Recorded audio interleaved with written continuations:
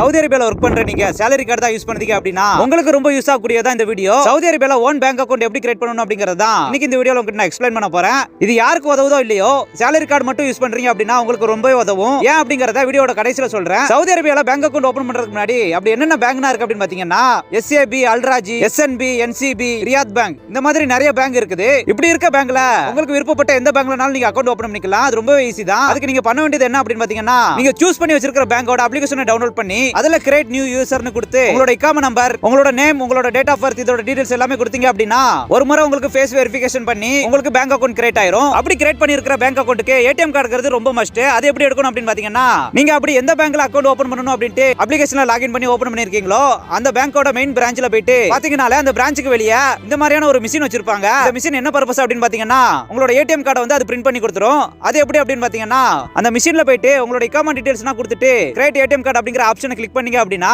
உங்களோட விரல் ரேகையை மட்டும் வச்சீங்க அப்படினா மினிமம் 10 நிமிஷத்துக்குள்ளேயே உங்களோட ஏடிஎம் கார்டை அது கிரியேட் பண்ணி கொடுத்துரும். சோ இப்படி தான் சவுதி அரேபியால வந்து ஈஸியான முறையில பேங்க் அக்கவுண்ட் ஓபன் பண்ணிக்கலாம். நானும் அந்த மாதிரி முறையில தான் பேங்க் அக்கவுண்ட் ஓபன் பண்ணேன். இப்போ எதுக்கு salary card வச்சிருக்கீங்க அப்படினா இந்த ஆப்ஷன் உதவும் சொன்னேன் அப்படின்னு பாத்தீங்கன்னா salary card வச்சிருக்கவங்களுக்கு மட்டும் தான் தெரியும். அதுல வந்து எந்த விதமான ஆன்லைன் டிரான்சாக்ஷனும் பண்ண முடியாது. ஏன்னா அதுல CVV நம்பர் அப்படிங்கிற ஒன்னு கிடையாது. இந்த மாதிரியான ஒரு டிராபேக் வந்து அந்த salary அக்கவுண்ட்ல இருக்கும். சோ இதுக்கு தான் இந்த மாதிரியான ஒரு ஓன் பேங்க் அக்கவுண்ட் யூஸ் பண்ணிக்கிட்டீங்க அப்படினா உங்க அக்கவுண்ட்ல பணத்தை மட்டும் டெபாசிட் பண்ணிட்டு நீங்க நினைச்சதை உங்க ஏடிஎம் கார்டை வச்சு யூஸ் பண்ணிக்கலாம். இந்த வீடியோ பார்த்துட்டு இருக்க யாராவது பேங்க் அக்கவுண்ட் ஓபன் பண்ண ஆசைப்படுறீங்க அப்படினா மறக்காம நான் சொன்னதை ட்ரை பண்ணி பாருங்க. அப்படி ஆல்ரெடி நான் பேங்க் அக்கவுண்ட் வச்சிருக்கேன் அப்படிங்க என்ன பேங்க் அக்கவுண்ட் யூஸ் பண்றீங்க அப்படிங்கறதை மறக்காம கமெண்ட் பண்ணிட்டு போங்க.